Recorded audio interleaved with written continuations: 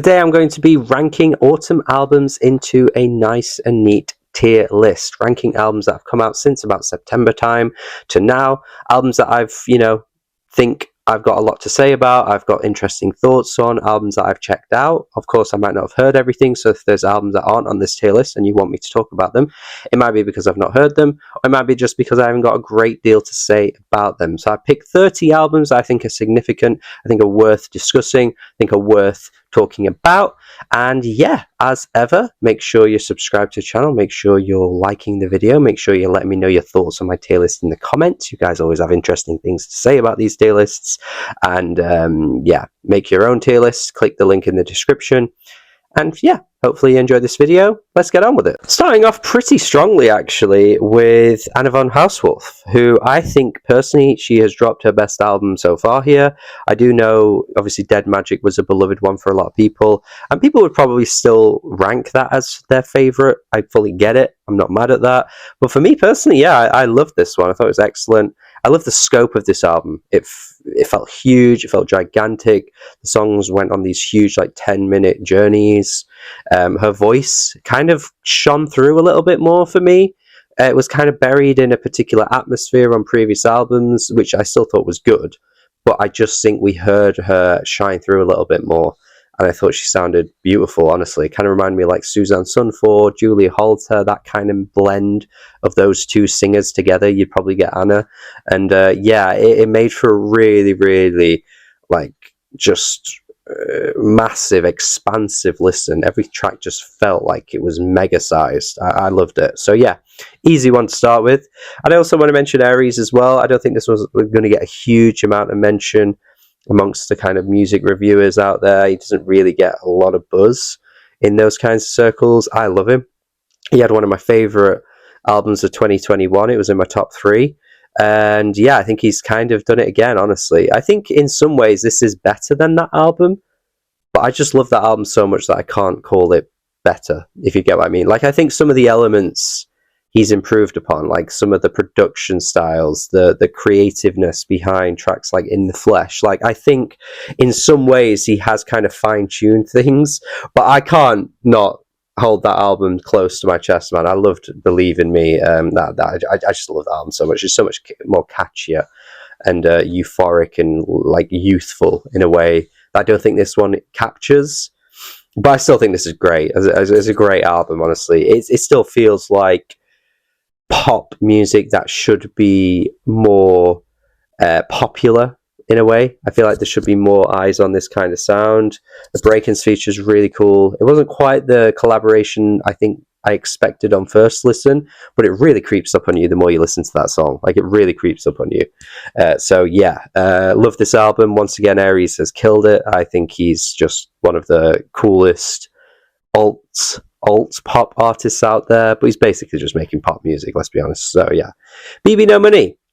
bbno Money's weird because like some tracks are really fun and goofy and silly, like Edamame, which is, I think, still quite a fun track, but like he's kind of like simultaneously really egregious while also being fun. It's really weird. Like, you listen to the songs and you can clearly see that they're attempting to be fun and carefree and silly, and they are that, but at the same time, they're really annoying. I don't, it's a really weird dichotomy. I don't know how he does it, but it's just really frustrating to listen to. Some of the tracks are just too, like, careless for its own good. Like, I'm all for music that doesn't take itself too seriously, that kind of thing. Yeah, I'm on board with it. Like I said, I think he does have good tracks, but it just reaches a point where it just becomes like, are you even trying at all here, dude? Like, I don't know, man. It just gets a bit annoying for me. So many songs on this thing too. Like, it just didn't need to be like that many tracks at all.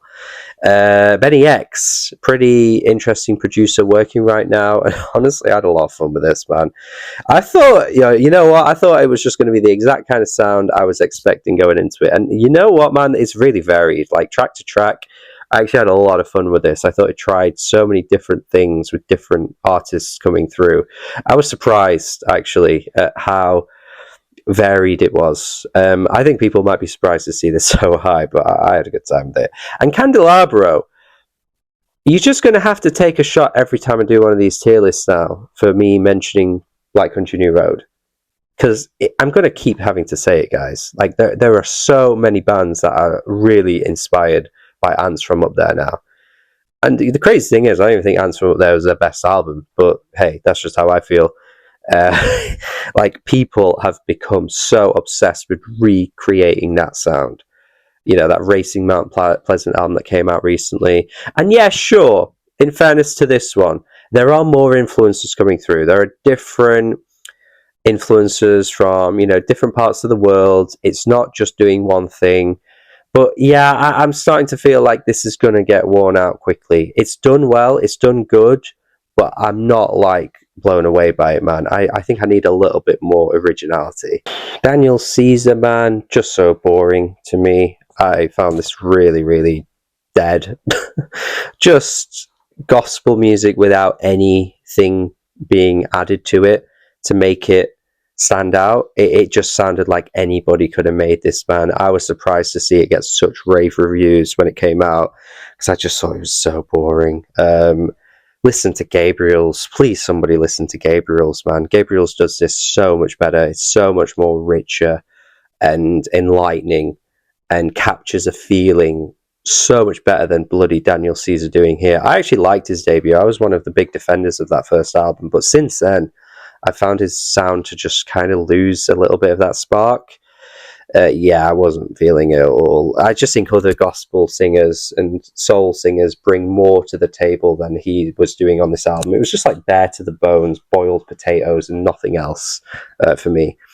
Dave, I'm still struggling with Dave, unfortunately. I at least got the Jim Legacy track, though. I think Jim Legacy brought some sauce that was needed. And yeah, I mean, their collab on the Black British Music was really good too. So, you know, I think maybe Dave with Jim is a nice combination. Everything else, I find Dave boring. Dave has so much heart and so much to say, and has his thoughts really clearly, you know, laid out, and discusses interesting topics, important things.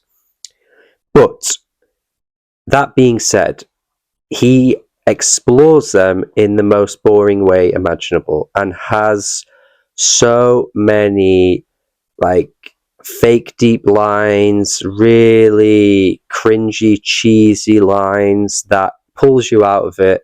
And I'm just not here for it, man. That whole thing he's doing where he's like, if I was on the Titanic, would I save the girls and the boys and the women? And it was like, what are you doing, dude? It's just so cringe. I burst out laughing. I'm not going to lie to you, man. It's trying so hard to say something, and it doesn't execute it well at all.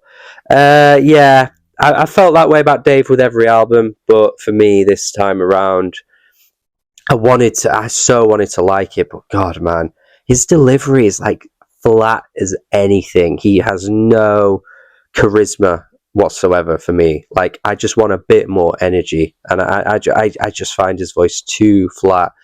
He's a British J. Cole, you know. Again, heart's in the right place, has interesting things to say, but stumbles a little bit with wording it, and just has a really boring delivery and boring beat selection. I'm just not here for it, man. I'm sorry. Demi Lovato, I mean, sure, whatever. It's just kind of like average pop music that has nothing really else going for it. It's just like the most standard dance pop album ever. We've got too much good out there at the moment to kind of have this covered. I'm sorry, Demi, you just joined the party too late. You've been beat to it by everybody who's doing this, and trying now to be like, you know, let's have my own little Charlie moment with these kind of club banger sounds. Nah, the source isn't there. It just sounds like anything. The lyrics are really cheap. And honestly, yeah, Demi Lovato in 2025 obviously sounds like this. Like, there was never going to be anything unique or interesting here, because it hasn't been for like years. So I don't know. Dexter in the Newsagent, another collaborator with Jim Legacy, as I've already mentioned. And yeah, it's nice. It's some really like standard bedroom pop stuff. It doesn't really go beyond that. It's nice on the ears. I think she has a really nice approach. I think maybe next time around we could get a bit more bite a bit more substance, maybe. Not substance, it's the substance there, sorry, but a bit more like something to lure me in, I think. Because it just kind of sounds nice on the ears, it's solid, but yeah, I wanted a bit more oomph, you know? Doja Cat, I mean, look, I think Doja Cat has some killer singles. Some of the catchiest, fun, upbeat pop songs of the past 5 years, easily. Kiss Me More, what a bop. And I don't think she's ever been an albums artist, really. So for me, honestly, this is her best album. Now, that might sound like a really underhanded compliment because I've only put her in decent good, but honestly, for somebody that hasn't really been putting in the effort to make like albums so far, because she told us this, that she doesn't care about her previous stuff anymore, and she thinks it was all crap, and she just did it to sell copies of, you know, millions and millions and millions. Like, she admitted that herself, so I'm happy to say that she wasn't putting in the effort to make quality albums up until now. So yeah, it's not been great in terms of the albums, but this was good. It was more cohesive. There was more of a consistent atmosphere and sound that was running through it. I didn't think she was trying too hard with like the rap tracks, because I think sometimes when she goes into more of the rapping side of her, it feels a little like gimmicky in places. But I think this was good, and touche, you know, kind of the irony, whatever what you want to call it, classically it's sold worse than anything she's ever put out. Go figure, I suppose, but hey, what can you do? It's a bit of a shame to see that it's not really taken. I did think it probably had a bit too much of a close sound to the 80s, so maybe that's why people weren't really like getting anything new from it. But yeah, it had a vision. It had a nice sound. I thought it was good. Florence and the Machine, I expected a little bit more from this. I've kind of gotten a bit over Florence and the Machine, really, for the past few albums. I don't think anything's touching How Big, How Blue, How Beautiful, which I think is easily the best Florence album by a landslide, actually. I just thought that album had such a rich, like, chamber pop feel, and the vocals felt huge, and it was such a dramatic and theatrical album that really like delivered on all fronts, and the singles on that album are some of the best songs Florence and the Machine have ever made too. So I think that was like really the peak of their career, and since then it's just kind of been a bit meh. I mean, it's the best of the meh, so, you know, at least there's something positive to say there. But yeah, I just thought, like, you know, maybe it came out too close to the Anna von Hausswolff album, where it was like, again, trying maybe for this like darkness and this brooding atmosphere, and I just don't think it really fully landed. And maybe, again, like, having listened to Anna so much recently, like, that kind of captures that feeling so much that I just felt like this album just really collapsed on itself. And yeah, some of the kind of like buzzwordy lyrics that were clearly just trying to have like viral moments that worked, I suppose. But I was a bit like, okay, sure, whatever. But yeah, it just felt really bland to me. I just couldn't really get much out of it. Geese, Getting Killed. This has been one of the most talked about albums this year. The way Geese have skyrocketed in the past year, really since the Cameron Winter solo album, that was really the taking off point, because people go crazy for that album. And yeah, now we've got this one. Geese just seem to be really like skyrocketing into huge levels, which is great to see, as somebody that was absolutely in love with 3D Country and put it in my top 10, I think, for the year it came out. I'm pretty sure it was in my top 10. And yeah, I don't know if it's quite as good as that one, honestly. The way people are talking about this one is confusing me a little bit. I don't think it's on that level, to be quite honest with you. I guess it's an artsier, post-rockier sound in some places that I think tends to appeal to music nerds a little bit more. I get that, but yeah, I think it kind of meanders a little bit. I wasn't as kind of taken to the tracks. There weren't really any of those big moments for me that kind of lured me in. I still think it's very good, but I do think my brain is missing something a little bit here. Like, I just thought, given how much I loved them before, I just thought this was going to be the one. And I don't know, man. Yeah, the wailing gets a little bit much this time around. I don't think the instrumentals like match the wailing in the way that they did on 3D Country. it kind of feels like it just meanders and doesn't really land on many things to really like sink your teeth into. I don't know. I just not like latching onto much this time with this album for me personally. Hannah Francis, loved her album last year, and I think this is a very good album again. I don't think it's as good, but you know, for folk music fans, please get onto it because it is really good sound that she's got going on. Hatchie, oh, I love the first two Hatchie albums and that EP. That is a great run there. She has a very strict dream pop sound that is clearly influenced by previous generations of dream pop. Don't get me wrong, her sound is not the most original. But on the contrary, I think how she approaches it has so much charm and likability that it's so hard not to just fall in love with and, you know, feel so comforted listening to her. And yeah, those first two albums did something that I find to be really, really like great, and I love them. And I've been championing her since 2019. I've loved her since that. I think maybe one too many now, though, of it kind of doing the same thing. It's not bad, it's still good. But yeah, that spark's not really there. Like, I was interested with Giving the World Away, which is fantastic. I think her best album.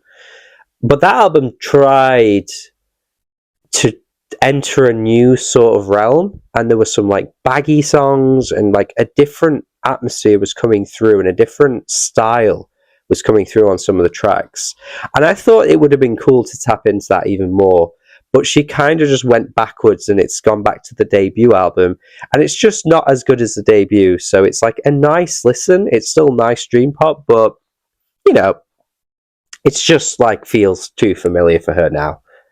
It's good, but yeah, she's still my goat though. I love her, but you know, I just think maybe switch up a little bit more for the next one because you can't keep doing this. I foolishly wasn't really anticipating the new Last Dinner Party album, despite the fact that their debut was genuinely so fantastic. I was really impressed with that debut album. Still think it's great. But yeah, I mean, this album isn't that far behind, honestly. I think it's done almost on the level of the debut. I think the tracks kind of hit a similar beat.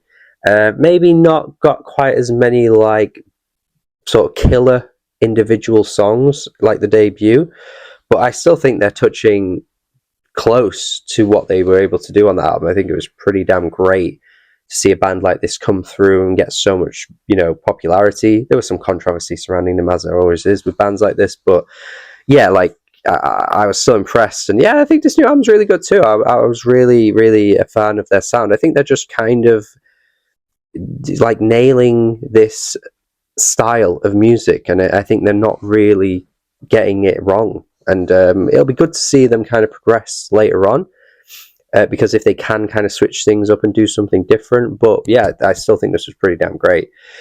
Also, Lily Allen, who went pretty viral with this album, honestly. And it felt a bit odd because her last album just made no noise at all. Like, her last album was talked about by nobody, and it felt like she was kind of past that popularity peak. I mean, she still is past that peak, really. Nothing from this album's gone as massive as like her 2000s work, for sure.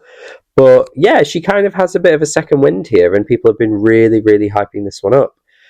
I can't really say I was fully into it, though. I wanted to like it more. I thought there were some really strong written songs on here, but sometimes the production was just really flat, really bare bones. Sometimes the vocal choices I thought were a little odd. I could kind of understand why she was picking some of the vocal choices, but it felt a little tacked on. And yeah, I just wasn't that impressed by the overall package. There were, again, some really well-written tracks, some clever lines, really scathing and cutting lines about David Arbor, her ex-husband, of course. But some gimmicky parts of the album too, like that 4chan track and the Pussy Palace. The chorus on that song is awful. Like, it felt like it was just, she was just building the songs around those little buzz terms, those little buzzwords, and the rest of the track didn't really kind of like land that well. Yeah, I think it had something going for it, but I don't think it fully captured it the best it could have. Mobb Deep. Posthumous release here from Mobb Deep. Hip hop accounts were trying to act like this was like amazing the week it came out. It's always so clear to see past like the paid promo, honestly, or the fact that maybe there just wasn't anything else to be talking about because it was just so random that everybody on the hip hop side of Twitter was just like all collectively acting like this was album of the year. I just think stuff like that can feel a bit forced. Yeah, it's just really average, stuck in the 90s, doesn't bring anything new to the table, just a really typical sound that you'd expect. Kind of reminded me of that Gangstar album that came out in like 2019, I think it was. Again, really average, just felt stuck in the past. I don't even know how much of this album was really made before, you know, the passing. It feels a little, stuff like this is always a little sketchy for me. Never really on board with that kind of thing. Maybe could have really given it a bit of a pass if the songs were interesting, the bars were great, but it feels like there was no progression in sound. Like in 2025, you shouldn't be sounding like you were in 1995. Like, I don't think that's too much to ask for, really. Mon Laferte, one of the best Latin pop singers out there right now. Really like her sound. Sace, I think, is still excellent, and I thought this album was really good too. Yeah, it's just a really bold and sassiness to the delivery I really like. Really pops off. The tracks are really like vibrant and colourful. Really big fan of what she does. OsamaSon. I want to like OsamaSon. I think there's something really creative and unique about what he's doing, and yet the albums are just not doing it for me, man. I think there's a time and a place where he'll get it right and it'll really click for me. But at the moment, it's just not really landing. I appreciate it, but yeah, it's not right yet. Not right there yet for me. I actually didn't like that Group Therapy album at all, which did get quite a bit of buzz when it first came out, but I did enjoy Party of Two. I thought this was pretty good, actually. Yeah, I thought it had a bit more of a zaniness, a uniqueness to the way the tracks were approached. I think it had a bit more character to it as well. I'm interested to see where they go from here. I don't think it's, amazing just yet, or really close to that, but it's cool for what it is. Psychedelic P Crumpets, I still try and avoid saying their full name because, I don't want to get flagged up or anything. But yeah, these guys are so great. Such a fun, exciting rock band that I've had the pleasure of really getting properly into this year. Franzoli I liked in 2023. That was the first thing I discovered from them and was on my year-end list for 2023. But this year I think they've really stepped things up with Carpe Diem Moon Man, which is one of my favourites of the year so far. And yeah, I mean, this is still quite in that realm, so it's not bringing a huge amount new to the table.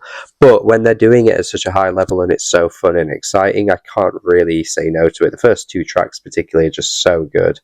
Yeah, one of the best rock bands out there right now, 100%.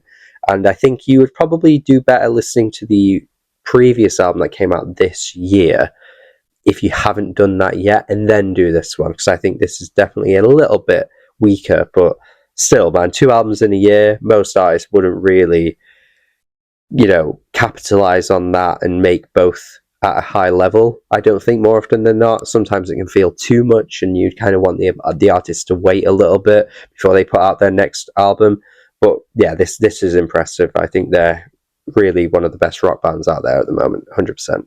Rochelle Jordan, straight up in the album of the year contender, just like with her Play With The Changes album. That was a breath of fresh air for me, and this one is even better than that. It's even better. It really, really emphasizes and hones in on the dance parts of that Play With The Changes album and just goes all in, and it just makes a really ruckus, upbeat, bustling, just dancey house combination with some R&B flares, but I definitely think this is way more dance than anything else, and it's just so fun. It's so upbeat. It's so exciting. Not a moment wasted. There are a lot of tracks on this album, but I don't think I would take any of them away, honestly. I think it's just so fun and invigorating the whole way through.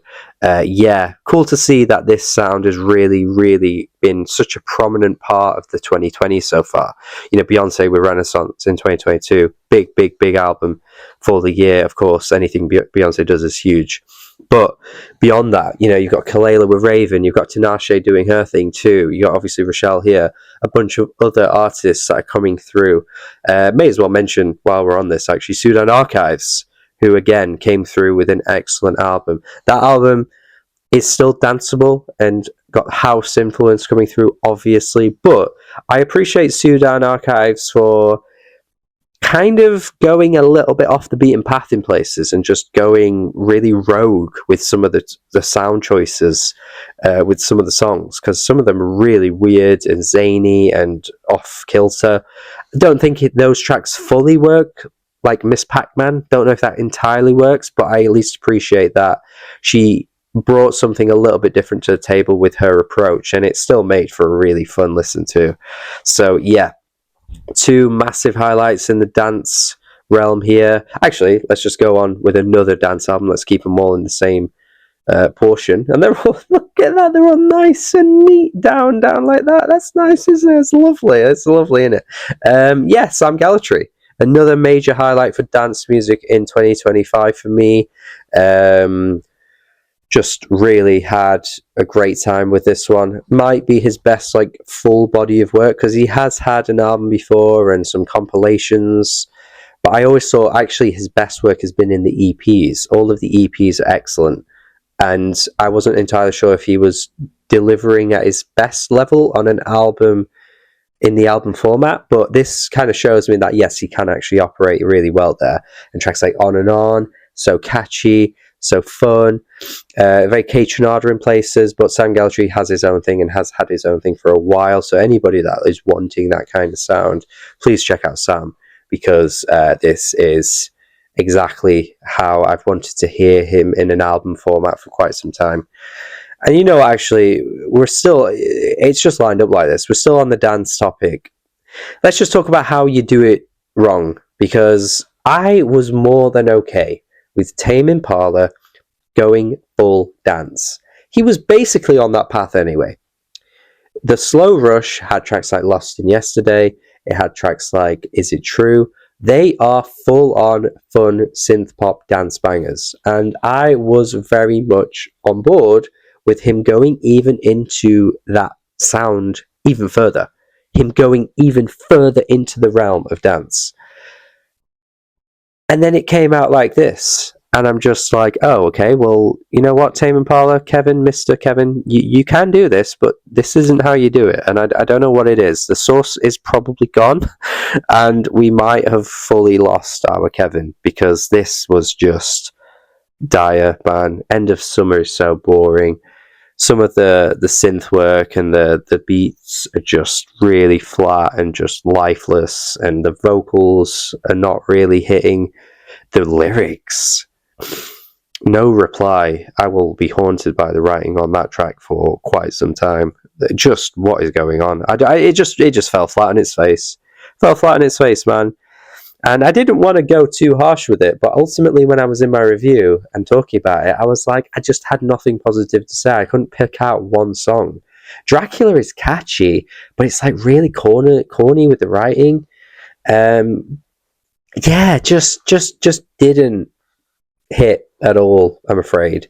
So there you go. If you were somebody that was mad at people not liking Tame Impala, I've just given you 3 dance albums there that do everything that you want from a dance experience. So you can't say I don't deliver and give you guys recommendations, because I do. Let's tackle one of the big beasts of the year now, Rosalía. I reviewed this very recently, and still haven't changed my mind, of course. This is amazing. It is amazing. I think Rosalía has up-leveled every part of her game here. The writing, if you obviously have to translate the lyrics if you don't speak her language, of course, but if you do, the writing is really interesting, discussing and exploring religious themes throughout, spiritual themes.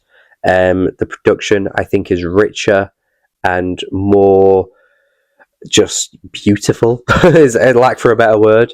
I think the singing is the best it's ever been. I think the ambition is greater than ever. I think it's really cool that she went so far into something she hadn't really given us before. It's got like classical moments, classical crossover musical moments on this thing.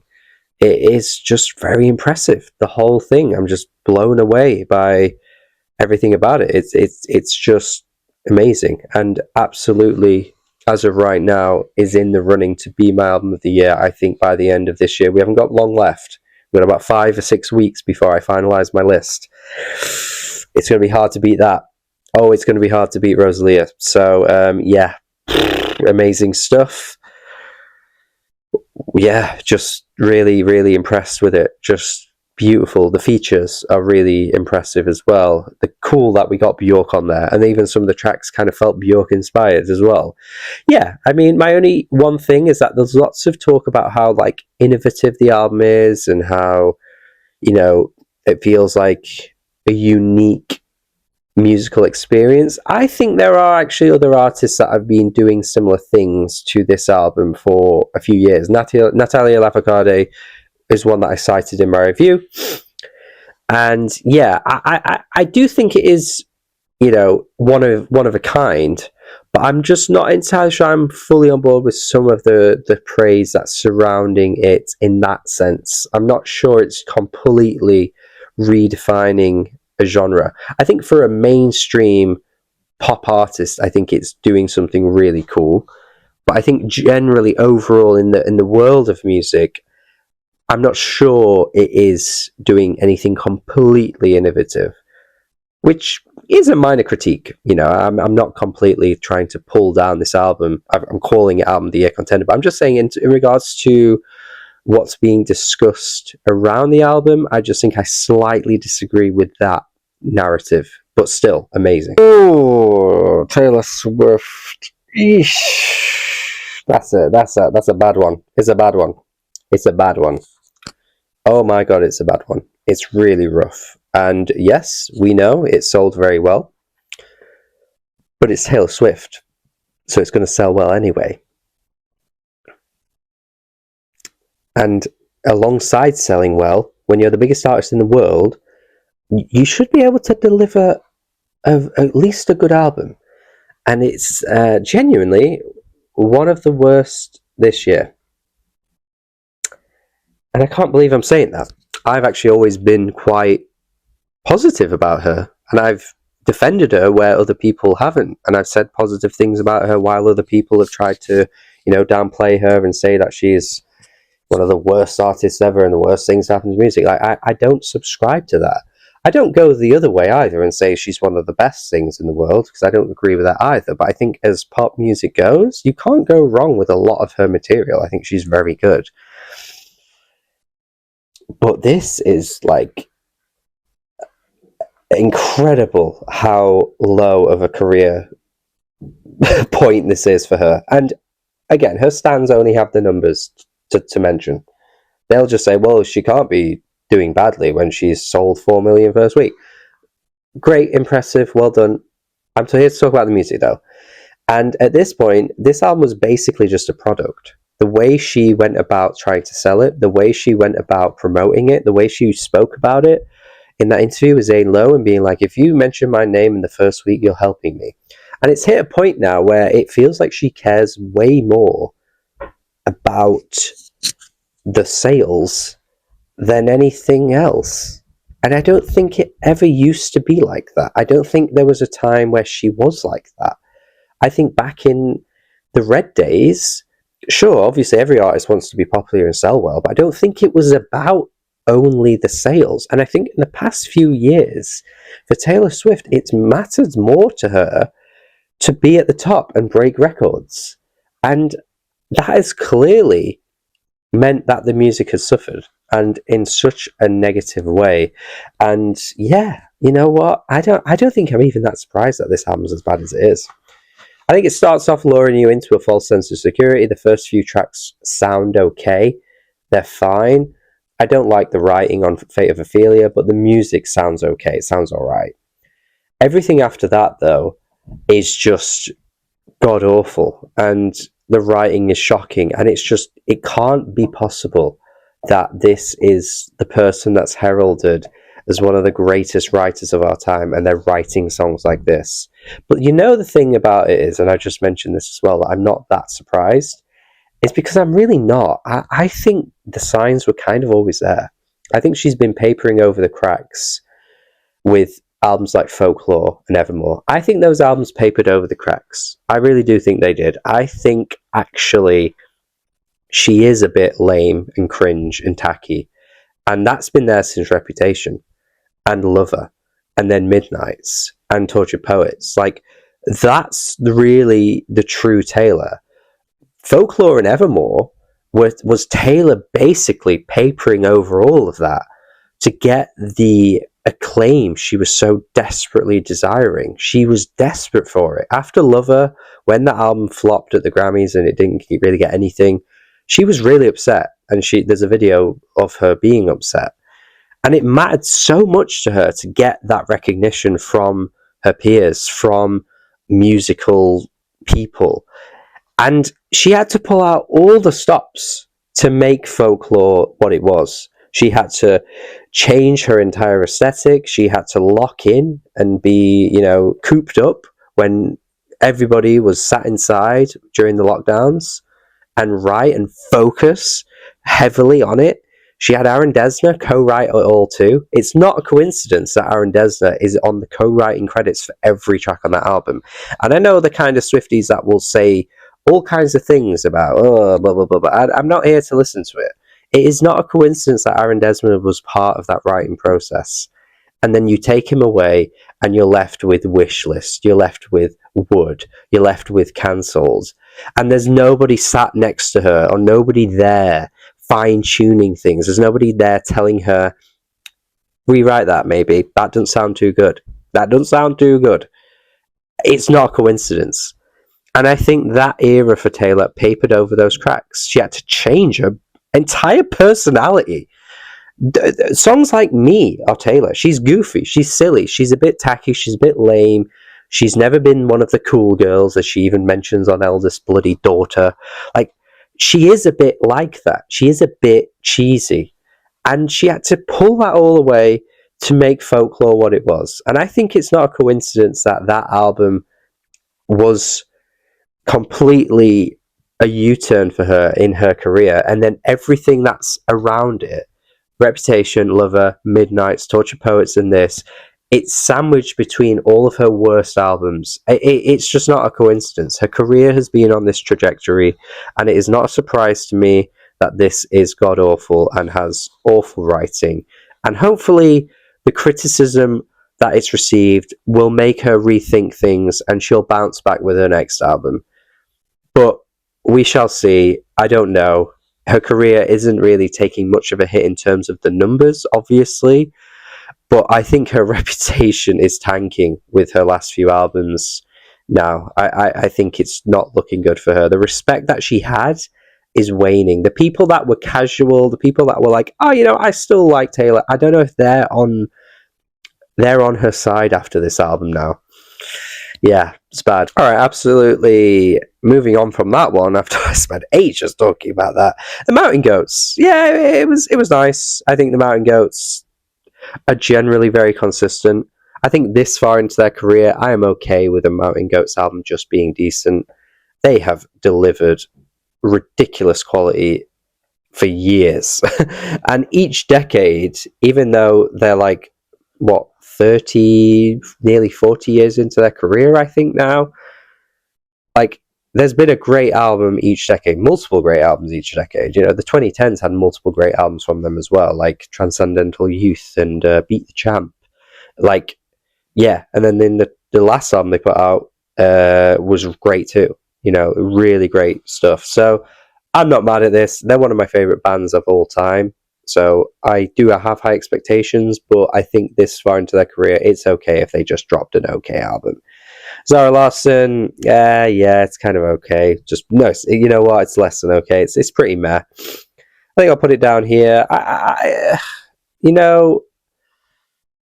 The first song is good, actually. That is a good pop song. And I think she actually has it in her to put out a really good pop song. I think Lush Life was good too back in the day. Like, she has it in her, but the rest of this album was just, like, stuck in the past, dude. Like, she was so hell-bent on just making 2010s kind of club bops with the same beat drops and the really lame writing. It was just kind of a bit of a nosedive after the first song, but yeah, it's just meh. But I don't really go into her looking for albums, really. Like, I'm not really there for the album experience with Zara. I was just intrigued because I did think the first song was good. And then finally, let's finish off now, ZelooperZ. I think ZelooperZ are kind of hit and miss. I think they do have it in them to put out some really good material, but then they can also be, like, really annoying. Like, some of these tracks, like Lebanon, or whatever that one's called, uh, just so obnoxious. The hooks are just really grating. The beats get a bit too much, and it gets a bit just frustrating to listen to. Yeah, I mean, I don't know. I just found it a little bit grating at times, but overall, I think, yeah, this is how I feel about these albums. This is pretty solid. I think there's going to be some very heavy disagreements in the meh tier. That tends to be where you guys get the most annoyed at me, so I get it. There'll be some albums that you love here, and maybe some of the albums in the decent and the very good that you want to see higher. But it's been a pretty solid autumn. Like I said, I've not been able to talk about every album. There's been some albums that I probably have glossed over, or I've just not had a huge amount to say about, or I haven't got around to. I'm only one guy, so this is where I'm at for these albums. This is probably going to be the final tier list that I do for this, recap of the past few months that I do every so often. I did summer albums, I did albums during the springtime as well, but we're kind of heading really close now into year-end list season, so this is probably going to be the final one from me. And hopefully you have enjoyed it and agreed. Let me know your thoughts. As always, complete your own tier list in the description box. Click the link and comment, let me know. Do comment any albums that I didn't mention that you want to see me talk about. I might mention them, or I might reply to you, or they may be getting reviews coming some point soon. Let me know. Have a good day. Subscribe. Check out the Patreon, the membership page, and all that good stuff as well if you want to support me over on there. And goodbye.